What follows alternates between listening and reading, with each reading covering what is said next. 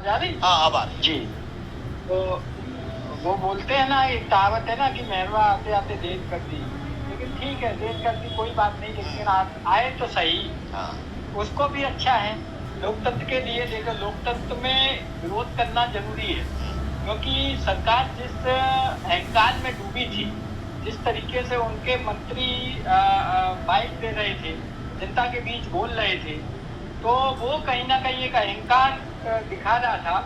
और माननीय मोदी जी भी अहंकार में भरपूर है, इसमें कहीं कोई ऐसा नहीं बोल सकता कि वो अहंकारी नहीं है, क्योंकि उनको ऐसा था कि पूरी हिंदुस्तान की जनता उनकी जेब में है। तो हिंदुस्तान की जनता ने ये दिखा दिया कि हम जेब में नहीं है। हमने आपको 2 बार नहीं 3 बार चांस दिया, तीसरे बार में थोड़ा कम दिया ताकि आप सुधर जाएं, लेकिन आपके व्यवहार में कोई परिवर्तन नहीं आया। इसलिए अब हमें मजबूरी में अपना विरोध प्रदर्शन करना पड़ेगा।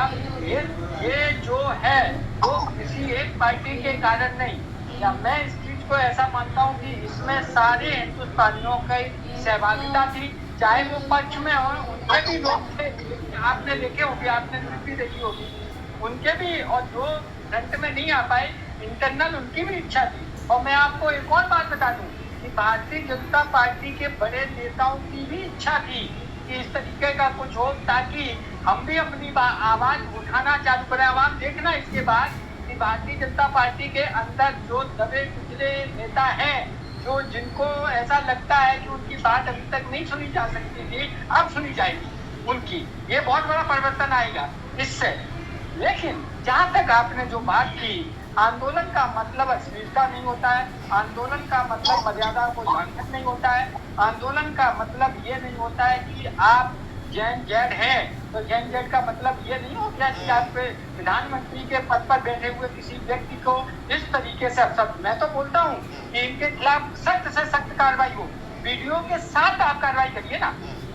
हमारी यही तो मांग है कि आप उन इनोसेंट बच्चों को FIR वापस करो जो इनोसेंट है, लेकिन जिन्होंने इस तरीके के कुकृत्य किए हैं, चाहे वो लड़की हो, चाहे वो लड़का हो, चाहे वो स्टूडेंट हो, चाहे वो स्टूडेंट ना हो, उनकी तो बैंड बजाना चाहिए, क्योंकि ये एक ऐसा संदेश जाना चाहिए कि नहीं, हम किसी भी प्रधानमंत्री मुख्यमंत्री के पद पर बैठे हुए व्यक्ति की गरिमा के साथ नहीं खेल सकते, क्योंकि ये आने वाले में एक परंपरा बन जाएगी।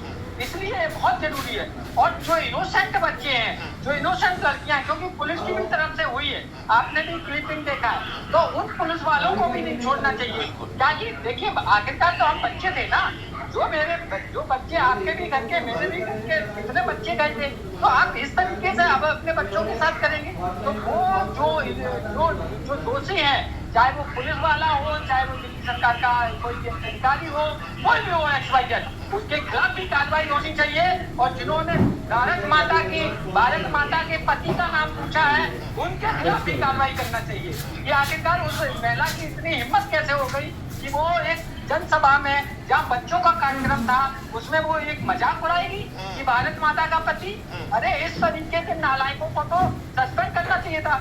लेकिन सरकार द्वारा कोई कार्रवाई न करना इस बात का सबूत है कि कहीं ना कहीं ये सरकार की मिलीभगत थी।